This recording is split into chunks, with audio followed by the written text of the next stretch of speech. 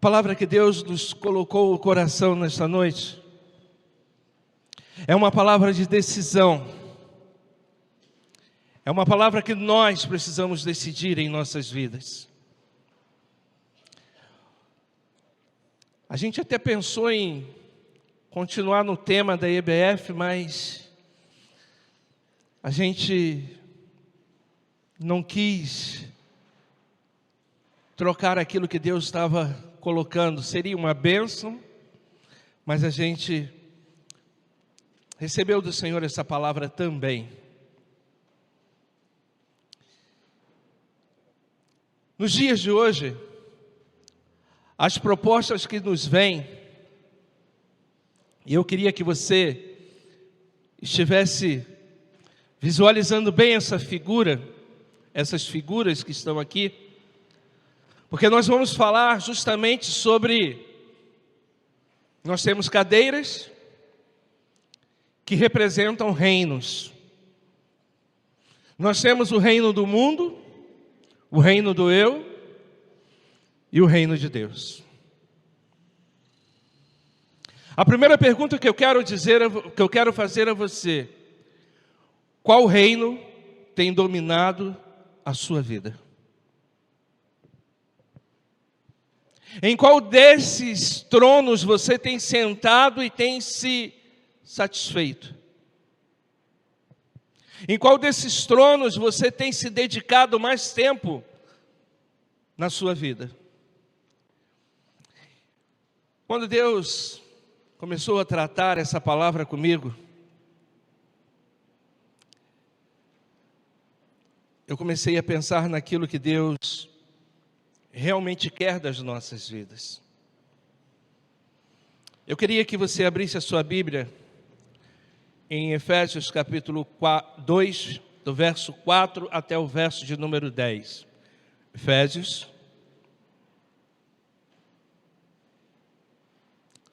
capítulo 2,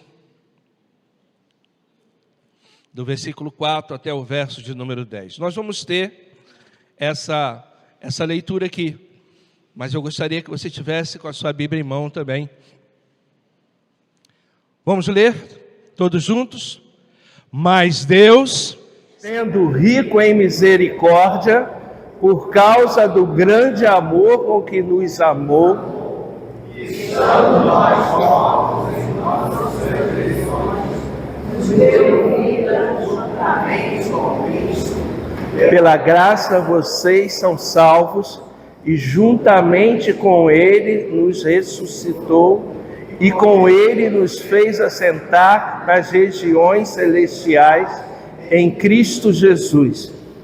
Deus fez isso para mostrar-nos a suprema riqueza da sua graça em bondade para conosco em Cristo Jesus.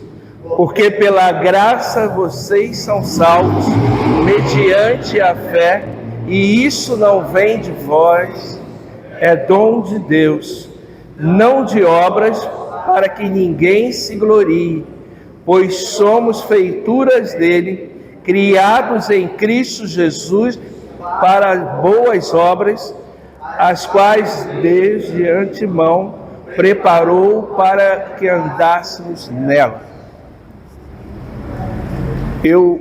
Em tantos textos, eu tenho uma paixão muito grande por esse texto, porque o apóstolo Paulo ele começa a mostrar o que nós éramos.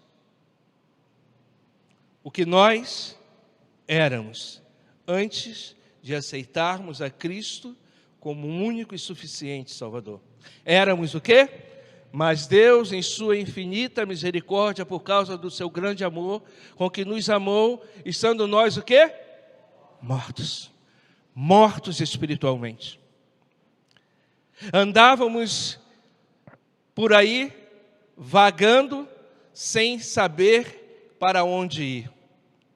E para onde quer que nos direcionávamos, batíamos cabeça. Não sabíamos o que fazer. Não sabíamos como reagir. Agíamos como aquele que está sentado no trono do eu, da minha própria forma da minha própria vontade, fazendo aquilo que eu mais desejo fazer. Paulo vai nos mostrar o estado espiritual em que o mundo estava, em que a igreja naquele tempo estava vivendo. Mortos. Haviam pessoas que não sabiam mais como se comportar diante de uma sociedade. E o que me chama a atenção é que lá atrás Paulo prega e mostra isso. Mas parece que nós vivemos um dia como os dias de hoje, onde muitos de nós, e agora muito em particular, falando à igreja do Senhor Jesus, estamos parecendo mortos. Não conseguimos perceber, na maioria das vezes, aquilo que realmente somos e o que precisamos ser, o que precisamos fazer. E Paulo ele vai mostrar que nós éramos mortos, estávamos mortos, mas somos chamados por Cristo para vivermos uma vida diante dele. E a bondade desse Deus nos dá a colocação de tirarmos do estado morto e nos darmos vida, e vida em abundância. Só que as coisas que estão acontecendo no meio da nossa sociedade, no meio da igreja, no meio do mundo, algumas coisas têm apagado a chama na vida do cristão. Algumas coisas têm distanciado a igreja do Senhor Jesus. Deus continua no mesmo patamar, esperando que eu e você nos aproximemos dele e sejamos verdadeiros adoradores. Que o adore em espírito e em verdade. Mas nós temos sido sufocados pelas coisas que o mundo tem colocado diante de nós. Mas Paulo já nos advertia a respeito disso, dizendo: e não se conformeis com este século, mas transformai-vos pela renovação da vossa mente. Queridos, o texto fala da graça do Senhor, e lá embaixo ele vai dizer que essa graça que nos alcançou, nos dando vida, nos dando um novo fôlego de vida, nos colocando num patamar de que éramos mortos e agora estamos vivos, porque o Senhor vive e reina para sempre, amém? E se nós somos filhos de Deus, se nós somos a imagem e semelhança de Deus, nós também viveremos e reinaremos para todo sempre. Mas eu queria te chamar a atenção e lembrar a você que algumas coisas que nós estamos vivendo, entendermos, amados, que a partir do momento da salvação que recebemos em Cristo Jesus, a partir daquele ato que você ergueu a sua mão e deixou que Ele entrasse no seu coração, você precisa aprender, nós precisamos aprender a definir algumas coisas em nossas vidas. Você precisa, eu preciso aprender a decidir, a viver continuamente no trono do reino de Deus. Temos até as propostas que nos levam às vezes a andarmos por outros caminhos, a praticarmos outras coisas, mas a vontade de Deus, muitas das vezes esquecemos. A igreja de Deus é uma comunidade de pessoas que foram libertas e remidas pelo sangue de Cristo Jesus. Nós fomos tirados das trevas, nós recebemos o título de filhos de Deus, herdeiros e co-herdeiros de Cristo Jesus. E nós precisamos mudar algumas coisas nas nossas vidas. E é sobre isso que eu quero tratar com você. Alguns textos nós estaremos lendo agora, mais uma vez. Mas eu queria que você tivesse na sua mente em qual trono você tem se assentado. É sobre isso que nós vamos falar nesta noite. Vamos ler aí? Mais uma leitura bíblica? Vamos lá? João capítulo 5, verso de número 24. Diz o quê? Na verdade,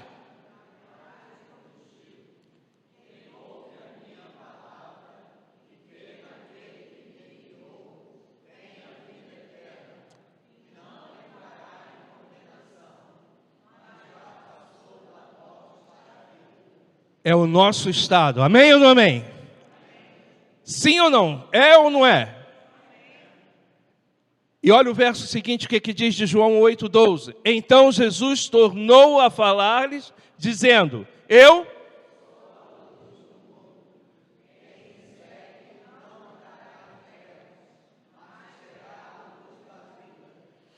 Vamos lá em Colossenses.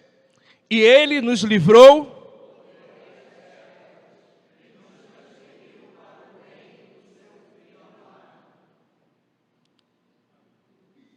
Lucas 13, 29, ficou o contrário. Vamos lá? Pessoas virão...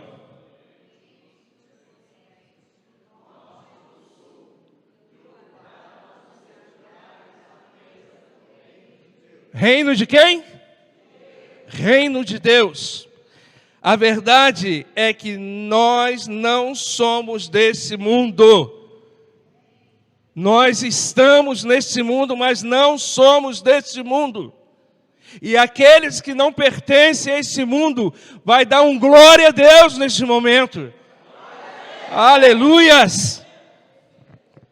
Porque para aqueles que são deste mundo, eles correm os seus riscos. Eles correm os perigos, passam pelos perigos. Assim a palavra de Deus está cheia de exemplo,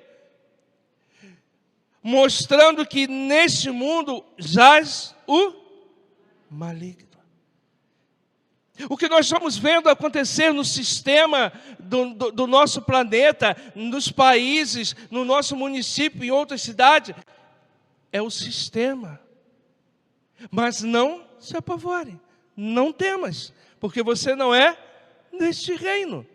Você vive aqui, você mora aqui, mas a nossa morada foi, o Senhor diz assim, vou preparar-vos lugar, para que onde eu estou estejais. Ludmila também, o pastor também, essa igreja toda reunida lá também. E quando chegarmos lá, a gente vai celebrar em glória ao Senhor. Aquele jargão que a gente costuma dizer aqui, graça e paz, igreja do avivamento. Lá vai ser mais forte. Vamos tentar colocar isso lá, pastor. Isso vai ser forte, vai tremer. Brincadeira, tá, irmãos? Nós não temos autoridade para nada disso, tá? Mas o problema, irmãos, que nós declaramos, nós vimos tantas coisas que nós somos, de que o Senhor fez por nós pela sua bondade, de que o Senhor derramou por nós, mas existe um lado ruim de todas as coisas. A palavra de Deus diz assim, em Provérbios 14, versos de número 12. Há caminhos que ao homem parece ser bom, mas o seu fim não é o melhor. Por causa disso que eu quero tratar com vocês nesta noite a respeito desse tema. Decida hoje. Você precisa decidir isso hoje. Mais uma vez, você precisa decidir. Reino do mundo, reino do eu e reino de Deus. Sabe, isso mexeu muito comigo. 1 João capítulo 5, verso 19. Reino do mundo. Eu quero ser bem breve. Se eu não conseguir ser bem breve, eu faço igual o pastor. Vocês vão me dar mais 10 minutinhos. Né? Vamos lá. Olha o que o texto diz. Vamos lá. Sabemos.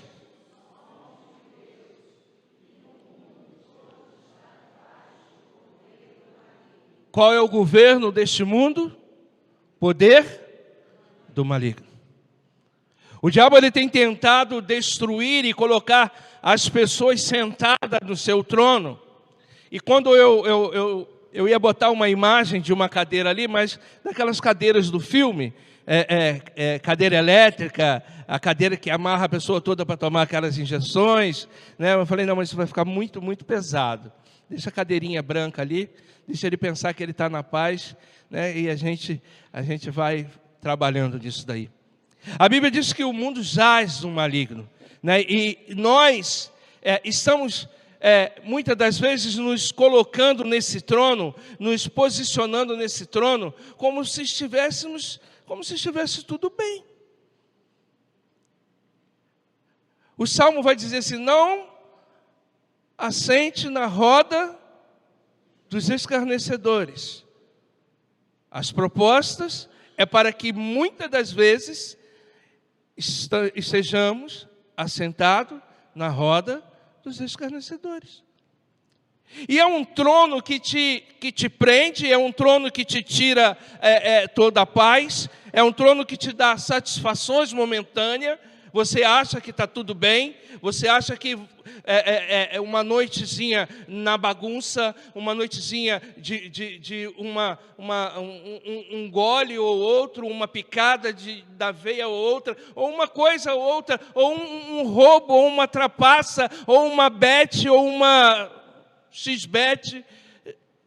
E o diabo tem lançado essas coisas. Eu conversava com uma pessoa e ela falou assim: nossa, eu estava precisando muito de dinheiro, foi só uma vezinha.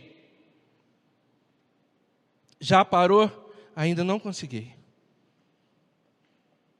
Porque aquilo te prende. O diabo não vai jogar para que você faça uma coisa e se arrependa. Ele vai dizer: você não vai fundo, meu filho, continua fazendo. Essa cadeira é muito perigosa, pois o amor às coisas do mundo vai te levar para o inferno. A Bíblia diz assim: não ameis o mundo e nem as coisas que há no mundo. E quando eu estou sentado nessa cadeira, eu simplesmente me esqueço de tudo que está ao meu redor.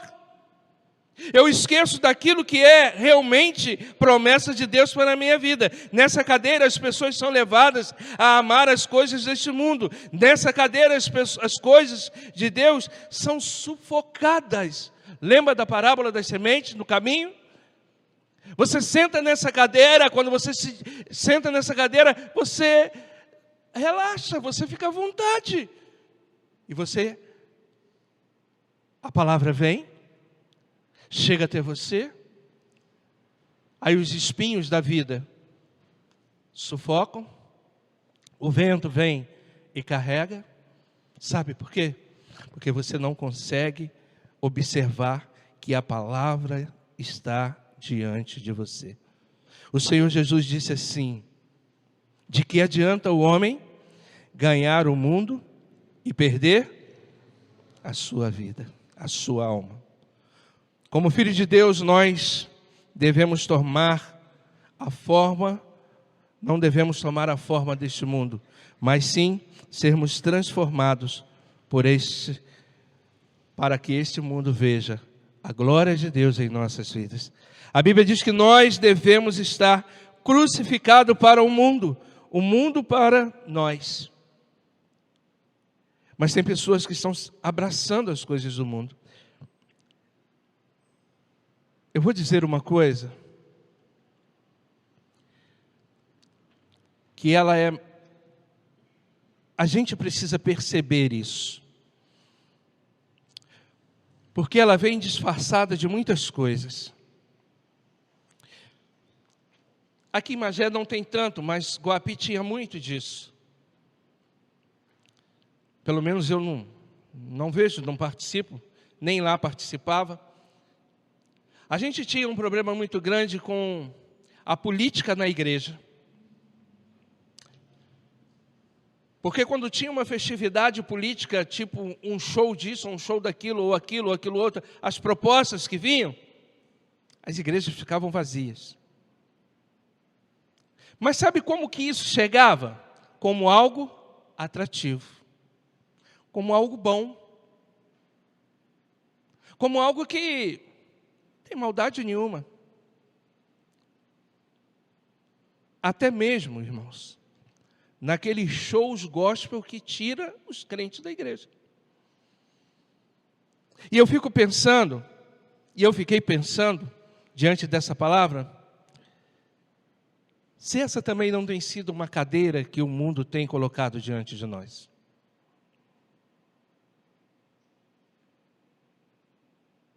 Se essa também não tem sido uma proposta de Satanás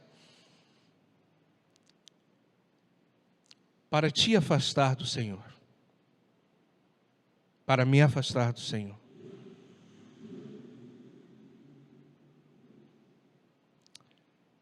Nessa primeira cadeira do reino do mundo, ela vem como um laço para as nossas vidas. Talvez você diga assim, mas eu nunca me sentei perto nessa cadeira. Mas talvez você já tenha passado perto dela. Talvez você já tenha rodeado ela. Talvez você já tenha sentido o desejo de sentar nela. Talvez você já tenha sido influenciado por algumas coisas que há nela. Essa cadeira me faz lembrar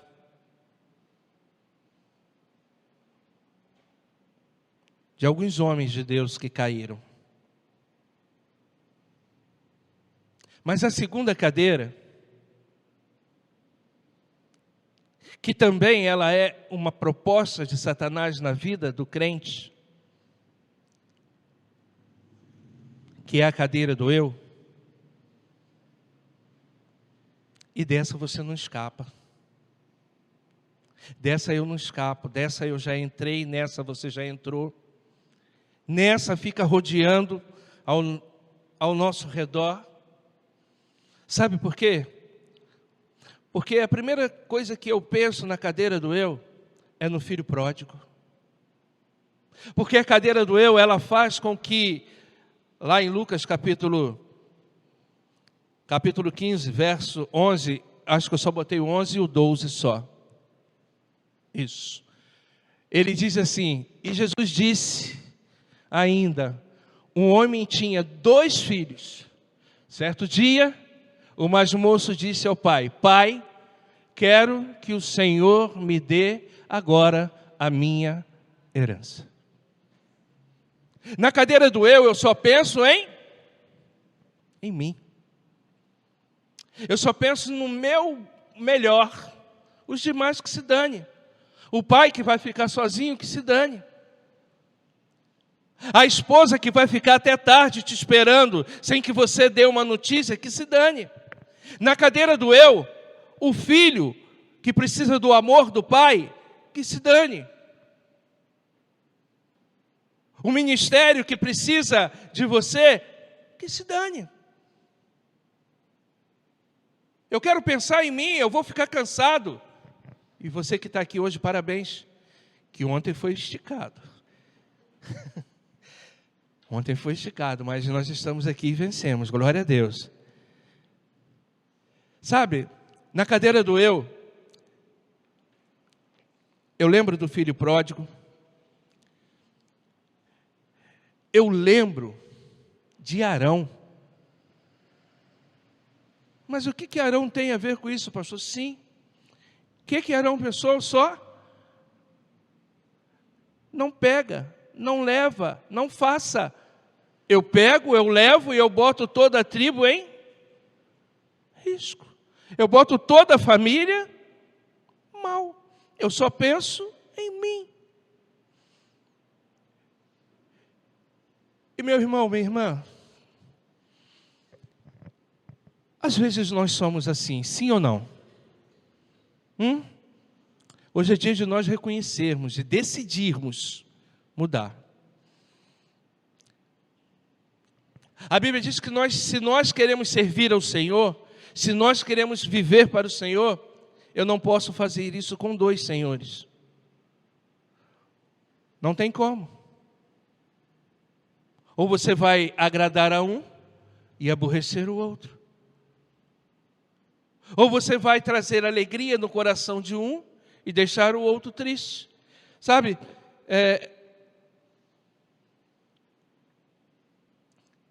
na cadeira do eu quero viver da minha maneira. Eu quero fazer o que me interessa. Conversando com algumas pessoas, e algumas pessoas o pastor recebe no gabinete, os líderes de ministério sabem disso. Mas você precisa mudar, não, do jeito que eu estou, Deus me aceita. Existe uma falsa teologia da graça, que tem levado muitos a tornarem a graça que Deus dá à vida deles uma desgraça na vida deles. Porque eu posso estar na igreja, eu posso servir a Deus da maneira que eu quero, eu posso continuar fazendo o que eu faço, eu posso continuar agindo da maneira que eu acho, eu posso continuar fazendo aquilo que me dá prazer. Eu posso tomar a minha cerveja, eu posso tomar o meu uísque, eu posso tomar o meu vinho, eu posso me prostituir, eu posso... Deus sabe, eu vou a Deus dessa forma e Ele me aceita. Não é assim. Nenhum de nós temos capacidade de invalidar o poder de Cristo na cruz para conosco. Graça é favor imerecido. E se eu e você que estamos aqui, estamos bem à vontade olhando daqui, estamos bem à vontade em casa, se eu e você temos desmerecido a graça, nós pagaremos o preço. Para com isso. Não há como servir a Deus de qualquer maneira. Ninguém pode servir a dois senhores. Na cadeira do eu, há muitos entendendo a graça de forma diferente. A graça de maneira errada. Eu entendo do meu jeito, eu interpreto da minha maneira, eu faço como eu quero. Eu não dou satisfação ao meu pastor, eu não dou dízimo porque eu não quero encher o bolso do pastor de dinheiro. Mentira. Pastor às vezes é o que menos tem, que o que tem às vezes divide com a igreja. Né? A falsa graça diz isso e leva você, muitas das vezes, a ser um pecador. Porque aquele que rouba do Senhor, aquele que deixa de dar, aquele que deixa de contribuir, aquele que deixa de fazer, não tem outra palavra, é ladrão. Porém, entenda que ninguém pode anular o sacrifício de Cristo. E a graça, ela é uma só. Na cadeira do eu, nessa cadeira, ela é tão perigosa quanto a cadeira do mundo. Mas eu deixei os textos tudo para a gente ler ali, mas eu quero terminar dentro do horário mais próximo. Mas eu queria falar com você a respeito do último reino, o reino de Deus.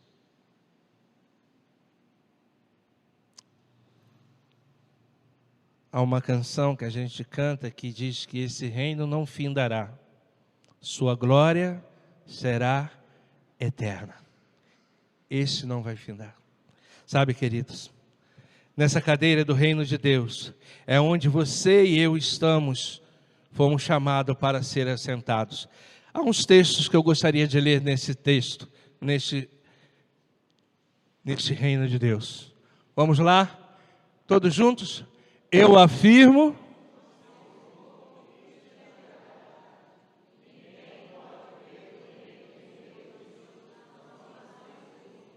Só um momento.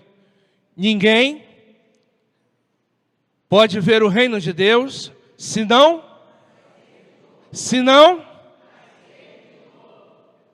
Então vamos entender que eu e você nascemos de novo, amém? E se nascemos de novo, veremos o reino de... Aleluias. O segundo texto, João 3 foi o primeiro. Aqui, Efésios capítulo 1, verso 4. Vamos lá. Antes da criação do mundo,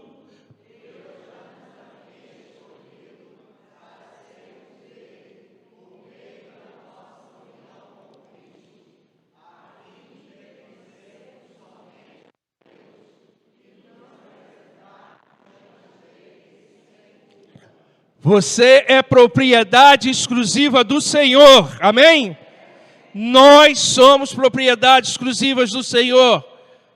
Nada de que eu e você estejamos movendo no nosso coração, de voltarmos e sentarmos um pouquinho na cadeira do mundo, de voltarmos e sentarmos um pouquinho no reino do eu. Nós pertencemos a Cristo Jesus. E o texto que nós acabamos de ler, ele nos diz que nos apresentarmos diante dele sem culpas. O último ali. Pois pela morte de Cristo na cruz,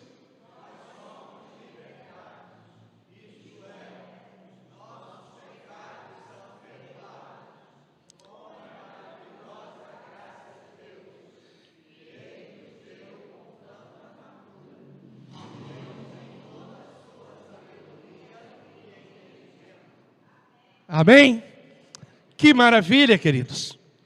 Olha, quando diz ali que Ele nos deu com toda a fartura, eu falei, olha, para que me envolver com as coisas ou outras cadeiras que o mundo me oferece? Na cadeira do reino de Deus, você vive em comunhão um com o outro. Na cadeira do reino de Deus, você vive como membro da família de Deus. Na cadeira do reino de Deus, você se assenta nessa cadeira e você vive o refrigério, o alívio, o descanso, a presença e a alma tranquila diante do Senhor. Assentado nessa cadeira, você sempre viverá o propósito de Deus. Assentado nessa cadeira do reino de Deus, você tornar-se-á mais que vencedor. Esses dois últimos textos para nós lermos. Quero que você fique de pé.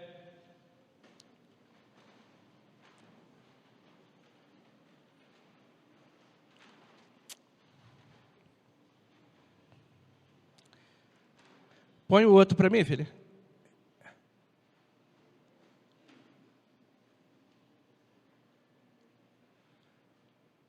É esse. Isso, vamos lá. Vamos lá. Em todas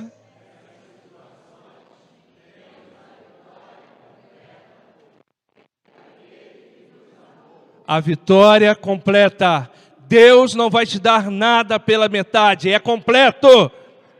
Mas você precisa decidir estar assentado no trono e do reino de Deus, e não no do mundo, não do eu, não de outras coisas. É no trono do reino de Deus. O outro diz o quê? Aos que conseguirem a vitória,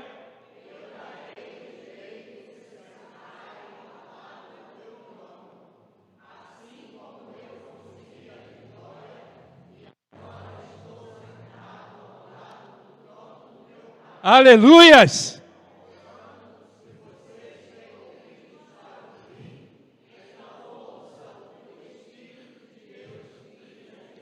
Aleluias! Amém? Pode aplaudir ao Senhor?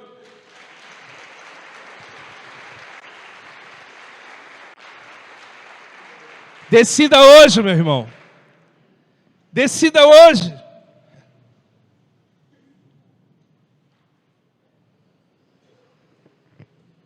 Sem acertar a cadela do seu amigo, dá um chute nessas cadeiras que ficam do nosso lado, que não tem valor nenhum. Chuta, vai para lá, Satanás. Chuta ele com tudo lá para o lado de fora. Só não acerta a canela do amigo. Tá? Nós estamos caminhando para encerrar, irmãos. Mas eu queria, com a permissão do meu pastor, eu queria fazer desse último momento um ato profético na sua vida. Eu gosto muito da imagem quando Josué é convocado para derrubar as muralhas de Jericó. Eu gosto muito que eles dão as voltas, eles fazem o que tem que fazer, eles agem como tem que agir, mas a arca era a presença, mas o tocar, o chofar era uma ordem, mas havia dar o grito. Havia o grito. E a ordem era, quando chegar a hora, vocês gritam. E quando vocês gritarem, as muralhas vão cair. Eu acho isso lindo. Eu acho isso tremendo. A gente sabe que foi o poder de Deus. Mas o ato de obedecer aquilo que o Senhor determina em nossas vidas nos faz alcançar a vitória. E quando eu falo, tenho algo aqui para que você declare, é aqui. Essa palavra de vitória que eu quero que você declare, ela está com base nesses dois textos, de Lucas e de Efésios, que diz: escutem, eu dei a vocês, a palavra é para você, a palavra é profética, é para você, receba isso em nome de Jesus, receba em nome de Jesus. Vamos ler lá junto? Escutem.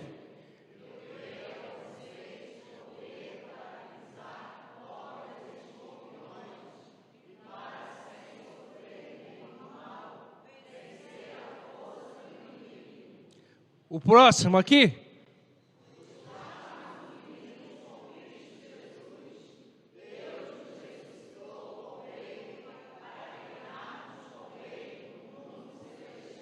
Aleluias! Deus nos ressuscitou com Ele! Com Ele! E eu queria que você declarasse isso aqui, ó. Tá dando para todo mundo enxergar? Ou preciso tirar ali? Cabeção também, né? Tá pensando que aqui só tem gigante? Essa palavra aqui, querido, palavra de vitória na sua vida, com base naquilo que nós acabamos de ler. O Senhor nos ressuscitou. O Senhor nos deu graça, nos deu força contra o nosso inimigo, para que você pise na cabeça da serpente, para que você estrague tudo aquilo que tem sido lançado contra a sua vida, para que você abra sua boca amanhã, abra sua boca hoje e diga para aqueles que estão te tentando: em Cristo eu sou mais que vencedor. Vamos declarar ao Senhor: estou assentado com Cristo nas regiões celestiais, acima de todo o poder dos principados, potestades, acima de toda a ação do mal. Eu aplico fé, recebo e assumo e pratico a autoridade de Cristo Jesus, é meu Senhor. Aleluias! Vamos adorar ao Senhor. Vamos exaltar o nome do Senhor.